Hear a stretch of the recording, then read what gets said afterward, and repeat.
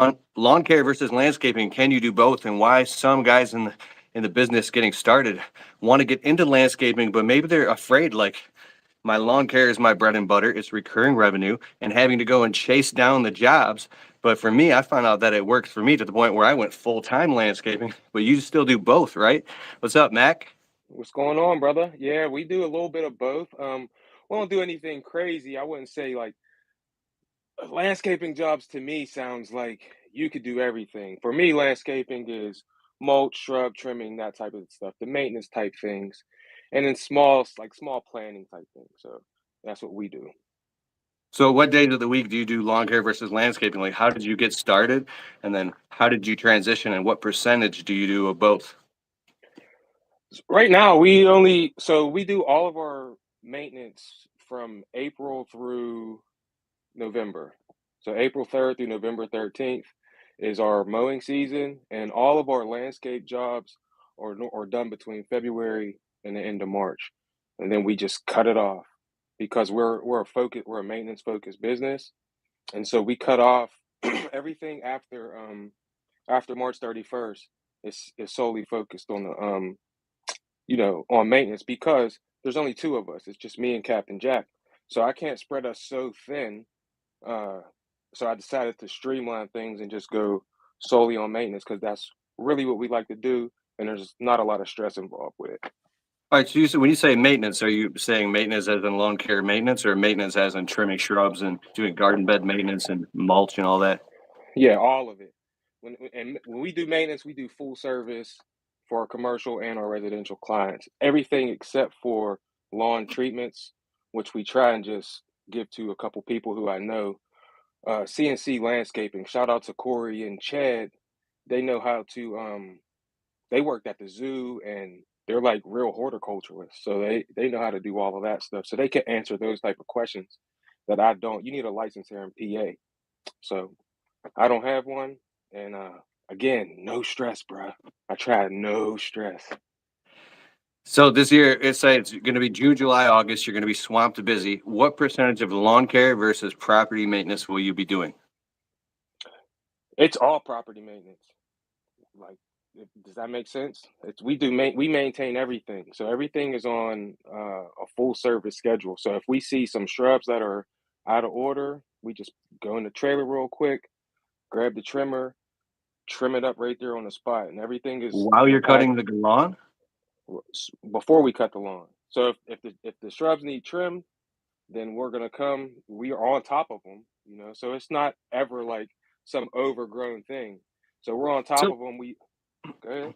you stay on top of it like you do like a couple shrubs every time you visit each week? Because we have some customers that we have to charge 2,600 bucks to trim all of the ornament. We do ornamental trees and shrubs, some Hmm. very large ornamental trees. And I mean, we've been on properties for a day and a half laying tarps all over the place just to do the maintenance for one house. So how do you quantify that and squeeze it in? So what I do is you would have if here in Pennsylvania we normally will trim shrubs 3 times a year. I don't know if it's like that everywhere else, but Yeah, here you I'm in normally Michigan. would do it 3 times a year. For me, it was becoming a big hassle for us to do what you said, always lay tarps down, or a lot of times what we can do is we can just blow the stuff out into the yard and then run it over with these giant lawnmowers and shred it up real fast. No one ever sees Yeah. it. But I got tired of doing that because it was really hard. I mean, pulling out the articulating hedge trimmer to trim some high thing Look, all the time. Yeah, it was tough. So what I did was is again, I want to not just stress mentally, but stress physically. I want to make this as easy as possible for us. So what I said was is, hey, look, we trim the shrubs 3 times a year. Let's just say it's $500, $500, and $500. Well, we just cut that $1,500 into monthly payments and add that on to the mowing price. So now if you're mowing, well, I don't know what that math would be. It's 32 weeks on 1,000 is $30. So we'd add an extra $30 onto the mowing price. And then that gets them the shrubs touched anytime there's anything out of order. So then you never have to come and do a whole job. It's just you come touch up the stuff and they still pay the same price. It's just carried out over the season rather So than big lump sum payments. let's say you have, I know you got a lot more than that. Let's say you have 20 clients and there's 20 weeks. So every single week, do you focus on a different client? And let's say, well, you'd have way more than that. I used to cut grass. We'd cut up to 180 residential lawns per week, but they were small Hmm. cookie cutter lawns. I've cut my for years. I cut grass, and but I mean, it's like if you got 20 lawns to cut in that day, and then this person is on the schedule, you're going to do their shrub trimming or property maintenance, you could be just stuck there the rest of the entire day. Like, how do you book it and schedule it in? Because once you trim them the first time, like, so if we come to the property and everything's out of whack, then we're gonna come and we're gonna trim it everything to a manageable level. Now, once it's at a manageable level, like some shrubs might be in an area that get more light, and so they might have some sprouts that just sprout up. We're just gonna knock them off. It don't take a second to go in there and get the shrub trimmer and trim that couple bushes that there's virtually nothing to trim off. You're just keeping it tight, you know. So Okay, that does make sense there's because not a I'm lot of picturing in my time. head like we have these clients here in Michigan with $700,000 house, and there's boxwoods wrapped all the way around, and there's Mhm. monster like Miss Kim lilacs and crabapple trees, and it's like a monster portion of the property of the foundation garden beds is filled with plants and shrubs and stuff. It's so much, and then there's mulch and rocks and particulate, and we have to lay down tarps. That's why I said we've spent, well, it just depends on the job. We could be in and out in 4 hours or 4 days, depending on the size of the property. Even a lot of our clients, some of them were there monthly, some we have 3 times a year. Most of our clients do twice a year that we show up after the June rains, and we'll do like just one big trim, and then we come again in the fall. But I guess maybe I haven't seen the properties that you do, but it does make sense in a lot of cases. You could just jump out and touch them up. So yeah, so but also the difference is this: we're not taking on. So you're looking for someone's calling you. When are they going to call you? They're going to call you. In my experience, I can't speak for you and what happens in Michigan, but in my experience, the homeowner ain't going to call when their shrubs are just a little overgrown. They're gonna call when, for me, they call when they're 2 feet high, like 2 feet overgrown, and then they want you to come and make them look spectacularly great, like you know what I mean, like they're at the White House or something, and you can't do that. And it was so for me, I don't do any outside work. Once we get to April, you have to get on my schedule as a maintenance customer, full service, everything except the lawn treatments, or I don't do your job. My schedule's full for everyone who isn't a customer, and that also allows me as the business owner to like really give the customer that it's taken me 6 years to trim to how the people that I actually want, and we're still like moving off of some folks who just are a little too far out of the area. But once you get your customer, we talk about it all the time. Like Oh, once you get your customer and you do multiple service for your customer, then you can schedule things out. And so this year, what I've done is we've let the customers know that we're not doing anything else outside. Like I'm talking about my residential customers. So basically, my schedule's full already for the whole year that I don't yeah. have to take any new customers on because everything is already full from last year because of the relationships that I've cultivated over the 6 years, if that makes sense.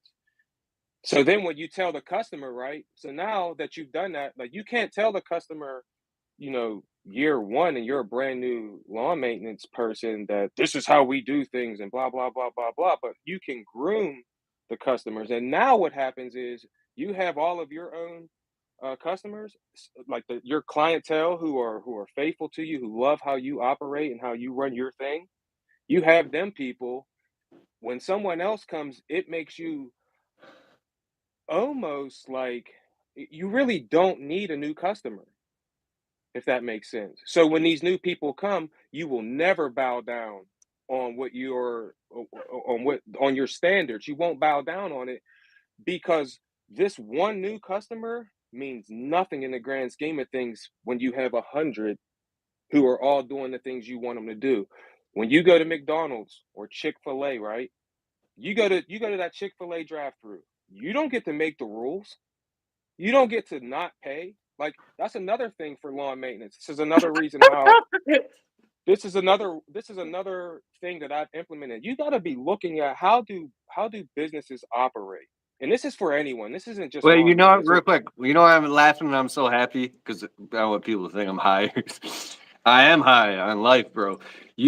I asked you one question about the percentage of lawn and landscaping, how you structure it, and then you talked about that for a little bit and went right upstream and just know your worth.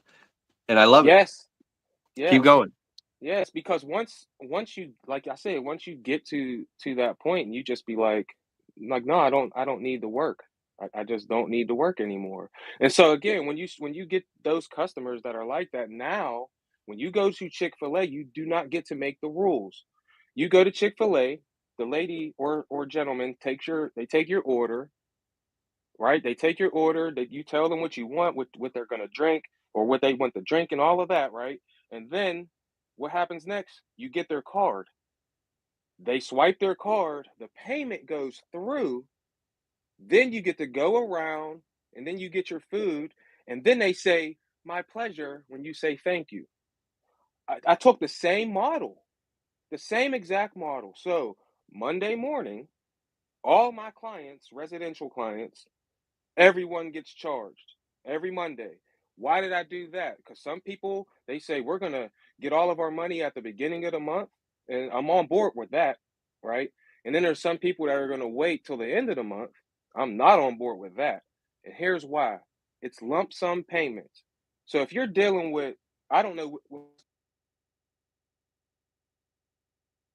uh a single mom or whatever, and her price is $50, that $200 at the beginning of the month or at the end of the month is going to be a lot.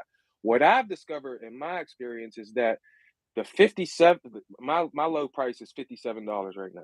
But that 57 is a lot easier for someone to manage on a weekly basis than it is for them to manage in a one lump sum basis. You know what I'm saying?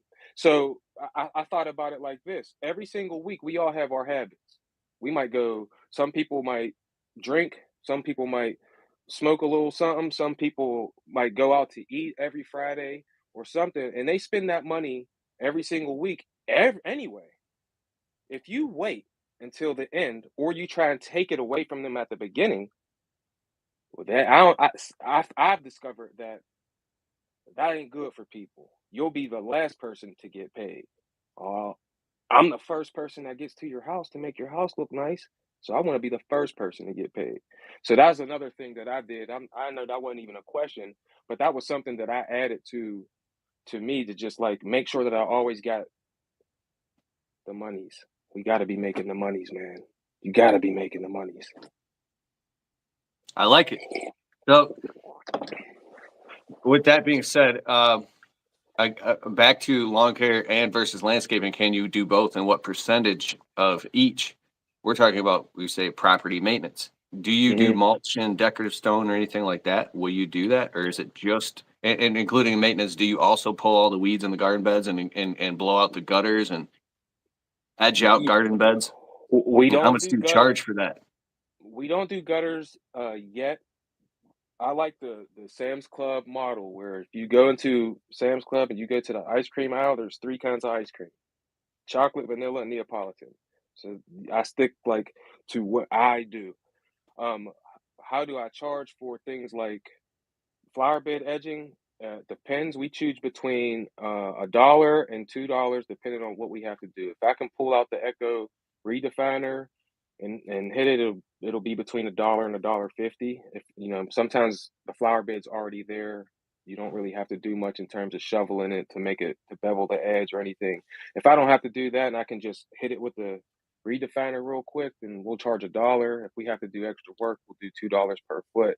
If there's tree Do you roots or let them something know up like that, front verbally and in the contract, and then they yeah. check the box to say yes or no if they want this extra level of service or not? Yep, everything whenever I give an estimate and we're gonna do something other than lawn maintenance, they'll get a separate estimate from the lawn maintenance. The lawn maintenance will have everything because lawn maintenance is the recurring thing that we do. You're gonna have to have your card on file. That's the only way we accept payment for lawn maintenance. Everything else you can give us a check for or you can pay cash, but we write everything out in the estimate. every single time. So it's like not only are the terms of agreement for like how we get paid, how we accept payment, what we're going to do, all of our responsibilities are on there, but also there's a scope of work that says, scope of work, we're going to do this, and it says it. I put it all the time in the order that we're going to do it. So I love it. if we're going to come and do a spring cleanup, right? I'm going to say when we get there, we're going to blow out everything. We're going to trim all of the shrubs. We're going to blow out everything again. We're going to redefine the edge. We're going to blow that back towards the house or whatever. Then we're going to clean everything up, bring in the mulch, 8 yards of or 7 yards, whatever. And it's all in like very, very detailed. So the reason I did that was because I started to see how people's estimates looked. And I worked at a group home for 16 years. And every now and then we have to do a restraint or something. You have to be super detailed when the state is doing their investigation because every restraint or every injury or every car accident gets investigated, and you have to write it out like a police report basically. Now, I ain't no cop or nothing, but I learned very good how to write out for because the state will scrutinize you. They'll bring you in, and then you'll get interviewed like by real people, and there's real consequences if somebody actually got hurt or something like that. So you got to be super super detailed. So I learned that skill, and I just implemented that into my business. So I hope that answered your question. So I awesome know how I'm you long-winded. cross-pollinated and you took information from one industry and you brought it into green lawn care and landscaping and being detailed. And I also like how you're putting yourself in the mindset perspective from the customer. Me being a homeowner and my wife and I hiring contractors, like we have a contractor in our basement right now hanging drywall as we speak. And we've had contractors come and although he's a great contractor, I've seen the lack of organization and lack of follow-up and the lack of even having a proper payment system or not even giving me a proper quote all over the board. And it's made me as a landscaping business owner get so much more clarity being in the shoes of the homeowner. But oh my God, if you just like everything you're saying, you give them the proposal and you quote everything on the property and you give them the options, like you said, the Chick-fil-A or the Sam's Club model, very important. And then so the customer, what I'm picking up on probably feels your customers and clients like, man, I like this MACK landscaping. They have their shit together. And finally, we found somebody we could just write a check, get our problem solved, and we don't have to worry about this anymore. He'll take care of it and everything else because you do it all Mm. up front. So it's a structured way. Then it shows that you're very serious about your business. I don't want to. Somebody was that Cedric on there asking? This Matt guy's a genius. I've never heard of him before. Does anybody know if he has a podcast? Yes, I do. The Lawn Care Power Moves podcast with Mac and Steel. Mondays and Fridays. How can people find it? It's on all of podcast platforms, man. Lawn Care Power Moves with Mac and Steel. There's links on my link tree on Mac_landscaping, and there's links in my YouTube description and bios on every video, all 30 of them. I think maybe not the 5 shorts that I got, but the 25 videos that we have so far. You might as well go follow that too. If I'm on here talking to Keith, I must be good. This thing looks like an endorsement to me. No, I love it, man. I believe in you and in your stuff, and hanging out with you at the Equip Expo was great. And just talking to you on and off here. And we were on Instagram a few weeks ago. So a common question that I get here on this YouTube channel, especially out of the new guys coming in, is like, yeah, but how do I get an influx of good clients coming in so I can actually do what you're talking about, which is close jobs, offer packaged prices? Because if you want to make more money in your lawn and landscape business, you got to increase. Well, first you got to get customers, but you got to increase the average ticket value of customers by raising your prices and knowing your worth. You got to increase the frequency of transaction, which is do more for them more often. How do you do that? You got to have a customer follow-up and lead generation referral system in place. You got to do email marketing, you got to do voicemail blasts and stay on top of mind and constantly following and communicating up with them and turn that customer into a client, into a raving fan. So that way, like, they're locked in and then get referrals. So you build that out by having just a little bit of strategy, but being proactive and consistent in how you do it. And then the next thing you want to do is, so once you got that locked down, but then you can, like I said, offer package pricing. So instead of just cutting their lawn, you do their shrubs, their gutter cleaning, power washing. Like we have customers that we do all their landscaping, property maintenance, and window cleaning. So we do all of that. We have a bunch of customers we do that for. I got into window cleaning like years ago, and that's I dropped lawn care and I picked up window cleaning, right? And it's higher profit margins, but it comes with its own very unique set of stresses. I won't act like it's great. But how do you actually in your business get an influx of client flow? How do you market your business in short to get the customers in faster and good customers? So for me, and I've been telling people this for a long time because everyone wants to talk about door hangers and fucking uh, yard signs and all of that. If you don't get on Google, you are shooting yourself in the foot. You're really killing yourself. All of my lead generations come from Google. Like I said, I've been doing it now for 6 years and I have some loyal customers, or they just come from them. I virtually do no marketing. Again, we stay small intentionally. So I don't really market the business. But what I do know is that if you show up every single time you're supposed to be there, like, and I'm not saying that if you're supposed to be there at 10 or you come at 10 o'clock that you don't come at 10:15. That's not what I mean. If you show up every single week and you're consistent, you get people to give you some 5-star reviews, and you get yourself on Google. You create a website and have your estimate uh, key right at the top so they can get an estimate immediately. You get yourself a real business line, not your cell phone, because you'll never know who's calling.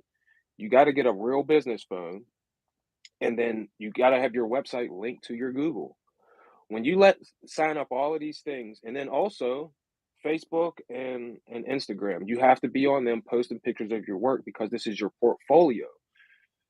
If you don't hashtag yourself, people are not going to see your work. If they can't see your work, then they can't validate that you're even good. And once they validate that you're good, you close the deal. They're going to do all of the validating that they need to do before you ever get in front of them or talk to them. So once you handle all of those things, now you have had to, in order to do all of this, you've had to watch some videos, you had to listen to some things and everything. Like, you got to get a little bit of knowledge, and then you can talk confidently. Like I said in my last video, if you talk confidently, then you can charge anything. Like my uncle, I don't do landscaping, Keith. But I had this video I just did a couple weeks, like last week, where it talked about my uncle who'd been in the game for 40 years and how we walked around this property with this homeowner, and I didn't know what to say, and he had the answers to every question, right? So I'm walking around with this notebook in my hand, and uh, we finally get to the end of the estimate, and she's like, "Okay, how much?" And I didn't know what to say because I didn't know any of this shit. Like, I didn't know. He said so much stuff that I couldn't even write it down, right? So he takes the notebook out of my hand. He takes the notebook out of my hand, and he's like this. All right. Now she thinks he's writing, and I think he's writing, but he ain't writing shit. He's not writing anything, bro. I'm gonna show you what he wrote, Keith, and I did this on my Instagram the other day. But I'm gonna show you what it said. This is all he did. It looked like he was writing, so he was doing this. My pen ran out of ink. He was doing this. He's looking at her and at me, and he's like this the whole time. And then he hands me the notebook. And when he handed me the notebook back, all it said on the notebook was $9,200. Say this. So I looked at the notebook, and then I looked at him, and then I looked back at the notebook, and then I looked at her, and I was just like, $9,200. Man, he had all of the plants and everything. The only thing I had to do was buy the mulch. He already had all of the stuff. He knew exactly what to charge. So it's like confidence, man. That's all you really need. Just if you So talk to someone confidently. I want to add to what you're saying right now, and to anybody listening who's getting started or only been in the game in a few years, the confidence goes so far, and you get confidence by taking action and taking risk and doing things, not crazy risk, but taking action and doing things that make you scared and then realizing it wasn't a big deal. Uh, some of the jobs we don't do anything crazy like 50,000. We do like up to $20,000 in our landscape jobs. And I used to be scared taking on 10, 15, $20,000 jobs. And then one day I just realized a $10,000 job is really just like five $2,000 jobs Mm, all just grouped together. It's just a bunch of shit you've done before, and every rose has its thorn. So there might be one or two things that you're not used to doing, and you're just going to have to call around, do some research, or call some of us in the green community, watch some videos, and then boom, you figure it out. You just close your first $12,000 job at a 50% gross profit margin. It might take you a little bit longer than some of these guys have been doing it before, and then you get a few of those under your belt, and next thing you know, you're doing lawn care, landscaping, you're doing maintenance, and you're doing bigger jobs, and then you become comfortable doing what used to scare the shit out of you. And the confidence thing comes from doing it, yep. making mistakes, fixing your mistakes. And I've gotten to the point as well. I'll be walking around a property with a customer because sometimes you don't know what you're getting yourself into. And at the end of the quote, we're talking like a 40-minute quote. The customer's like, "Aren't you gonna? You're not writing any of this down?" I'm like, "No, it's all literally." They're like, "How do you remember all this?" I say, "Because I live and breathe this, and I do this every single day of my life. This is my full-time Yep. business. I've done this 1,000 times." And so one thing that you're smiling that the customer doesn't know you from Adam. They have no, this is very important. The customer has no idea if you're just doing this on the side or you do it once in a while. And when they know that they know, and you have the positive proof and the results in advance, and you have a 5-star Google listing with, 20, 50, 100 positive 5-star reviews, there's pictures of your work. And one quick, I want to insert, I do coaching, and I've been doing it for years, helping guys get started on the phone on Monday nights. And I was on the phone with a guy last night looking through his Google reviews, and I realized a mistake because I was looking from the outside of a mistake that I was making by looking and observing his stuff. Is that although there's plenty of pictures of your work, having pictures of you or employees or both actually in nice shirts and hats embroidered, physically doing the work versus just a bunch of random pictures, because it just looks like they don't know what they're looking at. But when they see the actual guy on the mower or trimming the shrub or installing the brick, there's a connection that's made in the brain. They say, okay, this company is actually doing this. And when you tell them, yes, confidently, we do this full time every single day. This is all we do. And so I can literally go tell the customer I'll be back in 15 minutes, hop in the truck and pull up my CRM and make a well worded, highly detailed quote, like you were saying, and or negotiate it verbally right on the spot. I try not to do that in a higher ticket jobs because you can make a mistake. Like you want to cross every T and dot every I. It's a little tiny thing that if you're not sure and you're like, oh, I'll cross that bridge when we get there, that could be $1,200 you're leaving on the table, or it cost you $500. So, but the confidence goes a long way because the customers can feel it, whether they can articulate or not. It resonates, and they just know. Like my buddy Chris takes down monster trees. He's a certified arborist, and I've gone on a lot of quotes with him, and we've done a lot of tree work together. The stuff that's too big for us, I just give it to him and like my friend William. And this motherfucker, he'll walk like a titan on the customer's property. This the customer's trying to talk to him, and he's looking up at the tree, already sizing it up, like. And I'm sitting here like a little embarrassed. I'm like, because he's dead fucking serious, and he gets the job because he's already taken it down in his head. I think I took that a little too far because I got a little embarrassed. I used to my first couple of years, I was so gung ho. The customer would be talking about their property, and right while they're talking, I would literally drop down and start like putting my hands in the garden beds and pulling shit out. If they wanted like a whole garden bed removed, I would start doing it right then and there. Like this is my fucking job. And Yeah. man, it worked. I think I missed that old Keith, man. Well, I don't know if you're familiar with Aaron of the Lean and Mean Aaron Academy. Parker, Lean to Mean Yeah, Academy. yeah. So, but He's brilliant on YouTube. I seen a video of him, and one of the tactics that he uses. Oh, I thought it was brilliant. So they go on a window cleaning thing, and maybe you might have seen this in one of your videos too. But they go on a window cleaning thing, and actually, I might have got this from you. And a good salesman will go in there and they'll find the biggest window and only clean a portion of it, or they'll only clean one section of like the window that has the big thing. They'll just clean that one, and now the homeowner is sitting there looking at that, like, Oh my god! Now they have to do something. So they either got to clean it themselves, or they now you sold them, right? It's like the vacuum cleaner salesman that used to come to my grandma's house all the time. They would come, man. My grandma always wanted to buy this damn vacuum cleaner because she gets to see it work. They would put this little white thing in here, and then they would use this hose, and they'd have some black shit on it, and she'd be like, "Look, it works." You know what I mean? So it's like when you show someone that you can actually do something, they just automatically put that faith into it. Like so, if like you said, you show yourself with the picture, then you come and you talk to them, and they're like, "Oh yeah, this guy's an authority. We're definitely gonna go with him." You know? You know what? That just made me think of something. I would keep this part short. I met a landscaper who was doing very well for himself, and he had just gotten started. He was having a lot of success very quickly, and he showed me a binder. I'm like, how the hell have you accomplished all this? And it was tons of pictures of work that he hadn't even done, and he was going around like it's called "fake it till you make it" to I would say an unethical level. And I think that you'll get found out real quick if you're doing stuff like that.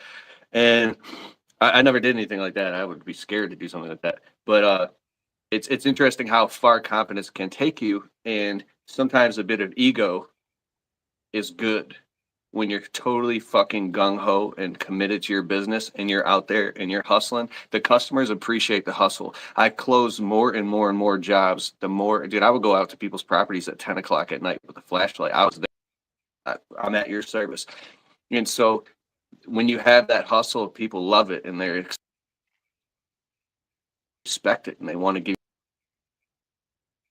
Really hurt myself. I've had depression, working myself to death. Too much work, too much obsession with work to where I got burned out on doing sales and I had to hire somebody to pick up the phones and screen the calls because talking to customers too much.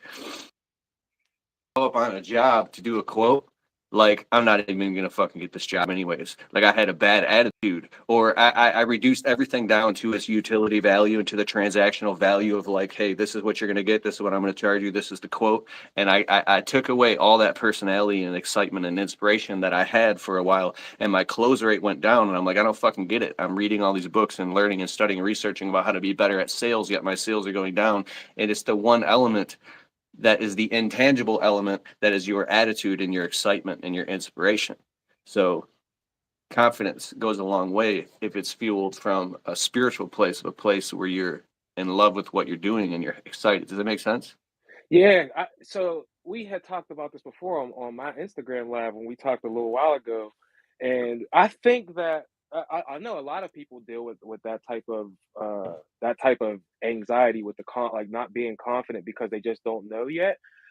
I never really had that problem, and I think it in large part has to do with because I played sports. So I played basketball and football. I had to stop playing football early because I had a brain injury actually playing basketball. But one of the things that I used to do when we talk about confidence is I could shoot the ball really well. I'm talking like this was 20 years ago. So I was playing like how Steph Curry plays today, only I couldn't dribble as good as him. But I played like that 20 something 22 years ago. And one of my things was like I'm small. I'm only 5'8". So if I go to the hoop, there's a lot of tall people down there. But I was quick and I could shoot really well. So the first thing I would do every game is one or two steps over half court, I would shoot a three. Right from there. A lot of times I would make it and they would be like, holy shit, this dude will shoot the ball from anywhere. And what happens is the perception changes. Now, instead of them waiting for you to come to them, they start to meet you at half court. Well, if you meet me at half court, there's not many people who are quicker than me. So now you come all the way out here that makes the court really big. Now the tall people can't stay in front of a short, small, explosive guy like myself who could shoot the ball really well. So you got to stay close to me. And when you do that, then I'm just going to blow past you. Now I can go shoot a regular three pointer or a layup or a floater, and we're going to score a lot of points that way. So the confidence thing, when you do that, everyone knows, everyone sees it. Like when you do that, you make a statement. You know what I'm saying? And so I took that same thing. Like I will shoot this ball from everywhere. So when I come to a property, I'm taking the shot. because you miss 100% of the shots you don't take. People have heard that before. And I'm swinging for the fences. I'm trying to hit a home run every single time. And you know what? Don't always happen. But I've never, in the last 2 years, I have not went and done one job that I didn't enjoy. And do you know why that is? Because I shoot the shot at a high price every single time. Every time. Every time, bro. For mowing, every time. When I seen that happen with my uncle, he took, he upsold more things in in 15 minutes than I did. He was the reason. Like, I literally made my entire salary in 1 month after that. That was the last job that we did of the month, and that job made me make more money in 1 month than I did in my entire year of working. That shit was the most incredible feeling ever, and that was just coming down, shooting threes, baby, shooting threes. Yeah, Got to so be and that can confident, man. happen. You're living Got to be proof, and it can confident. happen in like anybody here who has been discouraged and you keep shooting threes, and you will fucking get it. And I've seen it happen in my business a ton of times. Like so many times, I have obvious proof that you can land huge jobs, make great money, we call them jackpot jobs. Hmm. Sometimes in tree work, it could be like a pine tree that I don't know, it's $1,400. You can literally trim it up, flop it over, cut it up, boom, throw it in the chipper of the truck, and be in and out, boom, boom, boom, in like an hour and a half. And then you Yeah. almost feel weird because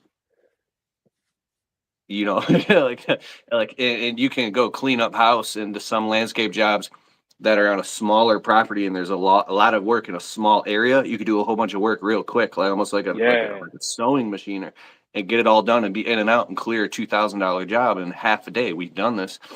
Um, so, but one thing that you're not saying is your ability to be comfortable with rejection. How do you handle rejection and still stay up even when you're up? Again, because of sports, man. Because of sports, it's rejection happens all the time in sports. You miss shots, you miss layups. I play quarterback on my little flag football team. I throw interceptions, I throw bad passes, and so and I have ADHD, so I don't think about things very long. Like I can't. Let me. I don't know if I can how I can explain this, but my attention span is so short. It's hard. Sometimes in the middle of a conversation, I'll just forget what we were talking about. It happens all the time. So when someone tells me no, I'm like, "Psh, it don't matter. That's just we're gonna get the ball back. And guess what? Because I set everything up, the ball comes in an email like 15, 16 a day. So what the hell is one no mean? Yeah, you had someone you said people dealing with confidence. I literally had a guy who just starting his business. I'm not gonna say his name, who I've known for a long time. I was helping him with his pricing, and when I told him he just can't wrap it in his brain yet that someone would pay $300+ to have their lawn mowed on a weekly basis. I'm like, bro, there's a lot of grass. Number one, he didn't. So after I get him to give whatever price, and I don't know if he actually did it or not. He then texts me and he's like, "Can you send me some pictures?" And I said, "Of what?" Of like work I could put on my website. I was like, "You want my pictures?" Like, no, I'm not sending you my pictures. What if you come and you don't do what I do? You know what I mean? It's like you don't want to be false advertising to people. I said, you gotta that's one thing about the job, like to get those pictures, you're gonna have to actually go do the work. Sorry. Yeah. You gotta do the work. Yeah, and when something's real and it is real for real, and you have it under your belt, there's Hmm. a resonance, a feeling of follow through that works in your favor, and so But I because just it's to real. answer your question, I don't take the no's personal. Like when you're first starting out and you got bills to pay and all of that stuff, you can take it personal as like the person says no because they don't like you, and Dude. and and and really all it means is like they just don't want to pay that price because Chuck in the truck or Dan in the van, they'll do the thing for $25, and you are actually trying to run a real business and learn how to pay your taxes and pay your employees well and do all of these things that are real. Like, I want to be like Amazon. I want to be like Chick-fil-A. That I want to have an actual real company. And to do that, you cannot charge $25 and have a Toro grandstand and a Toro multi-force and a dump truck and trim, like all of the shit that you need. So when it comes to that rejection, I'm just like, it's cool, bro. I mean, I understand it is what it is. Business is business. Unfortunately for you, because I only come to the houses that I actually want. So if I don't get one that I actually wanted, it is a little bit of a like letdown. I won't lie. But I also look at it like this: for the price I was charging you, you don't even understand what you lost. You lost me because, and I love all of the people who work around me. They're all I'm friends with a lot of them now, since I've started to do this and everything, and they all do phenomenal work. But if I had to choose, I would choose me. You know what I'm saying? And they don't understand what they lost because when they get me, they get all of this. They get all of the passion. They get me wanting to do their yard as if it was mine. They get me wanting to following up with them. They get me remembering their kids' names and giving their kids stickers and fist bumps to the grandfather or whatever. A little kiss on the cheek for the old lady who says I'm handsome and that if I was just a couple years older, she would take me in the bathroom, you know? So like it's all of that type of stuff, you know? And when you don't sign up with me, that's what you've lost. And that's okay. But if you hit me back up, I tell you what, the price is gonna be even higher. It just is what it is. How do you So, handle getting told no? it's all across the board. It's from depending. I'm an emotional guy, and it's from I don't care. I got so many leads coming in, so many quotes, and so the phone's ringing. I don't even remember all the no's because I'm just so busy taking care of the yeses. But there's Right. sometime I get hooked, man. It'll squeeze through the cracks and it'll hook me, and I'll go off, bro. I made a video in spring of wait, it was 2020 or it was the year before last year, dude. I get pissed even thinking about it. Some customers are real smart and they know how to play, and I put in my time, energy, and attention, and that's fine. I'm wearing a Kelfis hat and I'm showing up, and so for some people that are confused, this is a Cujo yardware hat. People think it's Kelfis. You got all that sweet. When I said Kelfis hat on me, but I gave him a quote. It was like $4,000 to do all this property maintenance and rip out all these shrubs and do this mulch, and it was actually a good price. And then right then and there, they started the wheeling and dealing and hustling. And I was like, well, I can take away this work here and do this. I can come down a little bit here, but I mean, I've been doing this for years and I know exactly what goes into it. I'll tell you exactly how long you can be here. We'll be here, what to expect. We'll be here when we say we're going to be like, you're going to be extremely happy. And I mean, this is not my first rodeo. And it was like $4,000, you know, $750,000 house, and I'm not judging anybody, but it's like they started wheeling and dealing me to my face, and to the point where it was disrespectful personally.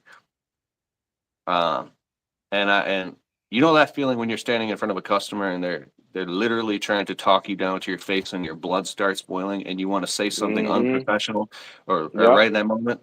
So I got to the point where I was so sick of that and not tolerating it because when you start to realize your worth, there's a couple things that happens. Like I'm really impressed by like older businessmen who are very calm and peaceful, and they say few words, and they could just speak, and you just know no means no. They don't even have to raise their voice or get emotional excited. They just been Right, through right. that. Like I really am. I aspire to have my act together like that one day. And so, right in the middle of them talking, I said, you know what? This isn't a good fit. I'm not interested. Peace. And they're like, what? Where are you going? I said, I'm not interested. Have a nice day. And I hopped in my truck and I just took off right to their faces, exactly what I wanted to do. Yep. And I was so pissed off. I took out my phone and I was like, these fucking customers, you are not gonna fucking disrespect me. Blah. And I just let it all out in my phone. And I went on YouTube and I pressed upload. And bitch, that fucking video just started going. Dude, people in the comments, "Ah!" And then I woke up the next morning and I had my friends calling me. They're like, "Bro, that video you made is fire." And then I thought, "Whoa, shit! What if my customers see this? What if like?" Because I mean, Yeah, and did I took I the video understand. down? I took the video down, and I'm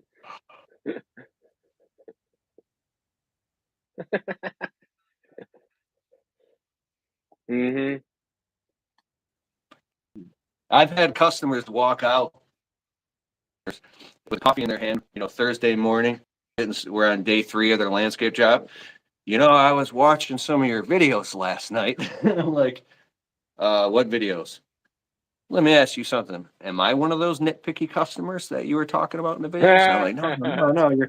So I do get hooked emotionally sometimes, and I got out of the field last year, because the year before last year, I just got so burned out that it was the last time I had my hand on the steering wheel, leaving the dump, dumping a full load again, and this deep feeling sunk in my stomach, and I felt like I was dying inside. I I was so sick and tired of, like, if I don't do this, then it won't happen type shit, Mhm. and everything was on me, that I was like, fuck, I don't care what it costs me, I have to get out of the field. And I hired more people and got out of the field, and my profit margins dropped. Like, you think that getting out of the field is going to be like this, oh, I'm going to be free. That's true success. It's just a different level of problem. It's the Mhm. same stress for and you're making less money, and the only way is to grow your way out of it. And sure, it's nice to be able to, like, uh drive around in a truck and sell jobs all day and just do marketing and advertising and have somebody answer the phones for you and have a bookkeeper do the books and just show up on the jobs and everything looks great. Like, the quality of the work was impeccable. I'm a control freak when it comes to quality and making Mhm. sure the customers are taken care of. And but like, dude, part of me feels really disconnected and has this, like, I remember just this last fall, I show up to a job, everything's fine. There was a tree that needed to be cut down with a chainsaw, and I'll let my guys use chainsaws. But if sometimes we do a landscape job and there's a small tree or something, I'll show up and put on all my PPE, and I'll cut down the tree real quick, chop it up, and I'll be like, all right, peace. And I'll just show up for like a half an hour and work and then leave. And Mhm. as I left, I look out the window and the guys are working, and I stopped my truck and I felt so uncomfortable, like this weird codependent attachment issue. Like, I felt like I was abandoning my business and abandoning them, and I felt like the camaraderie, and it's a very isolated feeling. And it's like, so analyze the role that you play in your business with each new thing that you take on. If you're doing just lawns, you want to get into landscaping, there's a different role. If you want to grow a little, there's a different role. So you have to grow internally in order to grow externally. And I'm actually debating this coming year, like, I want to jump in the field more. I crave the feeling of trimming shrubs and ripping out bushes with my bare fucking hands and climbing up and down ladders. And it's so enmeshed in my identity that it's causing I know I brought this to a totally different place, but it's No, causing something. I was gonna I say that don't like it. makes. I like working, bro. I was gonna say I'm happy you said that because everyone is pushing how grow, grow, grow, grow, grow, and I'm like, I really don't have I don't have that desire. And but I still was like, I'm gonna get a second truck this year, and I want to. Don't get me wrong. Um, and I'm gonna empower Captain Jack. Captain Jack's my employee. He's been with me for the last few years, and I'm gonna, get him in a truck and get another employee to work with him, and then I'll just take my dump truck and I'll go just mow yards by myself so I can make content or whatever. That's kind of what I thought. But then this is why it's important to talk and communicate with the people who work with or for you, is because I was like, yo, bro, like I want to give you a good raise, like not just the regular standard raise you have been getting, but I want to give you like like I not power, but I want to empower you, to be more independent and like everything. You've been with me, you've been rocking it. Since you don't want to have your own business, which I'm definitely for, if he would like to do that, I would help him. But he don't want to. He wants to be with me. But after having this conversation, what he said to me was, one of the reasons that I like working here is because I get to work with you. So he don't even necessarily want to to to have and run his own crew. He he wants the responsibility. Like this year, he's driving me in the truck and everything. But people like he wants to be around me. So it's like, how do I now when my number one guy, he's something they say, write out your plan and make it plain, right? And he made it plain, like, I really like working with you. So, or is there going to still be days like I want some extra responsibility? I would like to go run my own crew, but am I still going to get to work with you sometimes? So now I'm like, now what do I do? So that's if you go talk to anybody who runs, a multiple 6 or 7 figure business, or like they're gonna be like, "What are you gonna do? Revolve your life around?" But they don't know the level of camaraderie and identity that you have to working with that person day in day out. You spend more time with some of these people than you spend with your own family. You break Yeah, bread with them, you eat lunch with them, you bond, you suffer, you work in the rain, you hop in the truck after a rainstorm and you're soaked and you laugh about it. Like this is how you it goes back, it's tribal. It's very important. hmm A guy who's been working for me for a long time, I sent him a text message like, "Bro, I miss the days when it was just you and I in the truck, driving at 7:30 at night, exhausted, but laughing and stopping to get a fucking cheeseburger or something because we were hungry." And the yeah, funny jokes and the music and like um Phil Collins in the air in the night, listening to that shit and turn up to that part. And then it's just you in the truck by yourself going and selling jobs. I start crying. yeah. Look, hey, that happens to me all the time. Shit, I'll be on the lawnmower sometimes because I don't. I'm getting back into music. What's crazy is I stopped listening to things because I realized like your brain and the things that you put in it is powerful, and the things that you listen to sometimes can put a negative aura on you. And the things that I was, and I'm not. This is not to talk about rap music or anything. Like if you listen to you like Taylor Swift, all she does is make music about her breaking up with people. So that's negative too. So I ain't talking about anything. These distractions that we have, Chase Atkins, what is he doing for you? What are these musicians doing for you? And I realized I'm getting nothing from this. They're just trying to steal the bit of attention that I do have. When we don't have a lot of hours in a day, right? So I stopped listening to music and I started to listen to motivational videos and things like that. That's actually how I found you, Keith. Everyone knows now. I've talked you up enough, but that's how I actually found you was taking that stuff out. But now I'm getting back into it because my wife found this radio station called Boost or some shit. I don't know, but it has I love hip hop, but I just at 40 years old, right? I can't even listen to the hip hop that I used to love as a kid. The stuff that I used to listen to in the 90s, my Tupac, who I love, Biggie, like all of that stuff, because my life doesn't relate. I don't live in that type of brain space, that type of environment. When I was growing up as a kid and that type of music was coming out, I was living in the hood. There was, things was happening that was related. I could understand. Now I can't understand what any of these people are talking about because I'm old and I'm a damn father and I got 3 kids and a wife and I run a little business. You know what I'm saying? So I can't relate. So I like really got out of music, but again, you can still do the things you like. There's other things out there. My wife showed me this new radio station called Boost, and it has like Christian hip hop, bro. It's unbelievable. Guys like Lecrae and Andy Mineo and this kid NF. He's my favorite right now.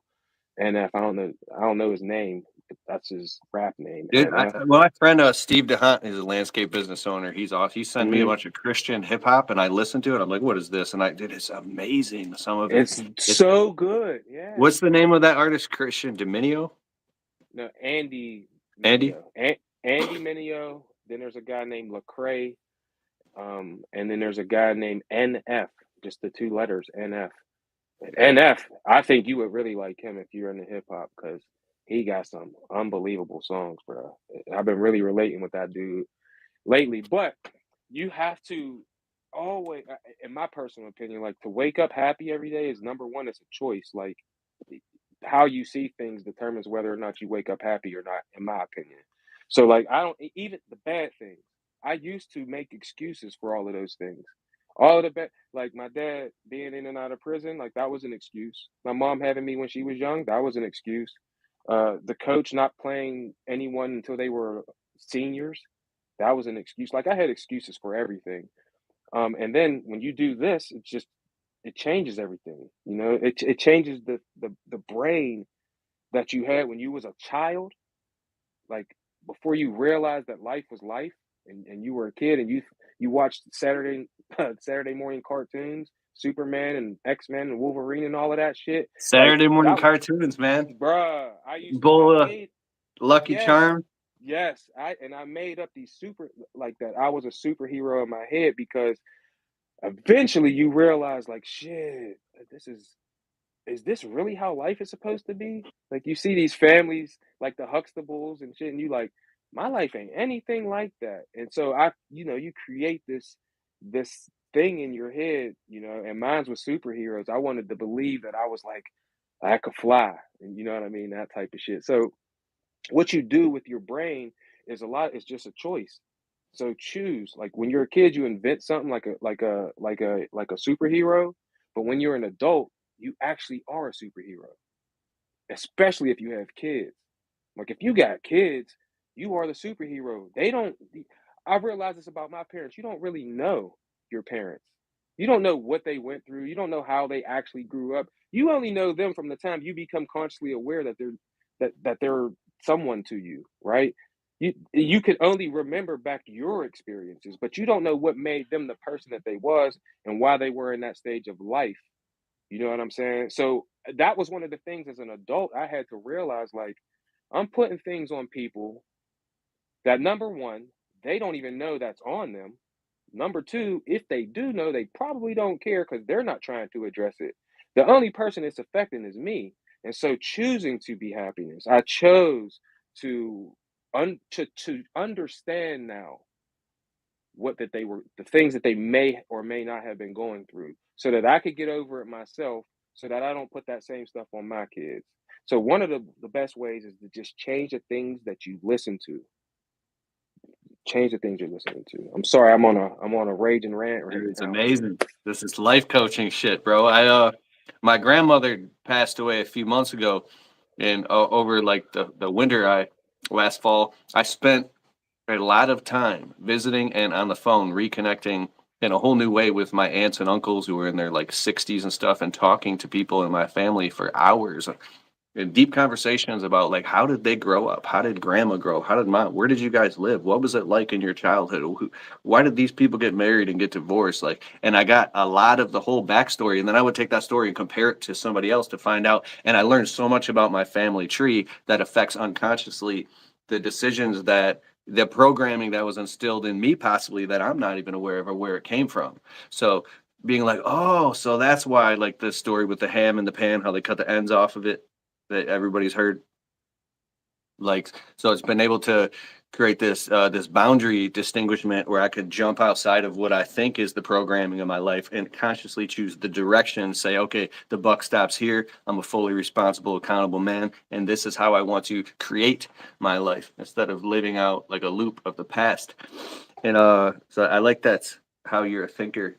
All right, we're coming up on an hour here. I'm going to end this. How can people find you one more time? And I also want to invite you, well, I want to do it publicly because then you were like, oh, now you got to, but you don't. You fly out to Michigan and come to my studio and put a camera in your face and we could do a live video on the Untrapped podcast and put it all over the YouTube channel. It'd be Hey, I'm awesome. with We it, do it bro. high Just let me quality. know. Let me know when. You can find me on here, YouTube, Mac Landscaping and Lawn Care. Um, on Instagram, Mac underscore landscaping 412. Facebook is Mac Landscaping and Lawn Care, and we do a live show every Wednesday, 7 p.m. Eastern on Instagram Live. Me and my boy Cedric, the Lawn Care Power Moves Instagram Live show, and then we also have the Lawn Care Power Moves with Mac and Steel podcast on all your social media platforms. We drop episodes every Monday and Friday. That's that. I love it. And I'll put the links in the description below so you can check it out. Follow him on YouTube. Just real quick, I just want to take a quick glance at any comments. Platinum Lawn Services, what's up? Ray Ray's Lawn Care, how are you doing? Q1 Services, well done. Dave, Carol, Charles Viner, what's up? Alvin Chica Lawn Care, Kaiser Lawn Care, Doyle Bros. Awesome. All right, guys, thanks so much for joining us, and we'll see you soon. And take care, bro. Peace.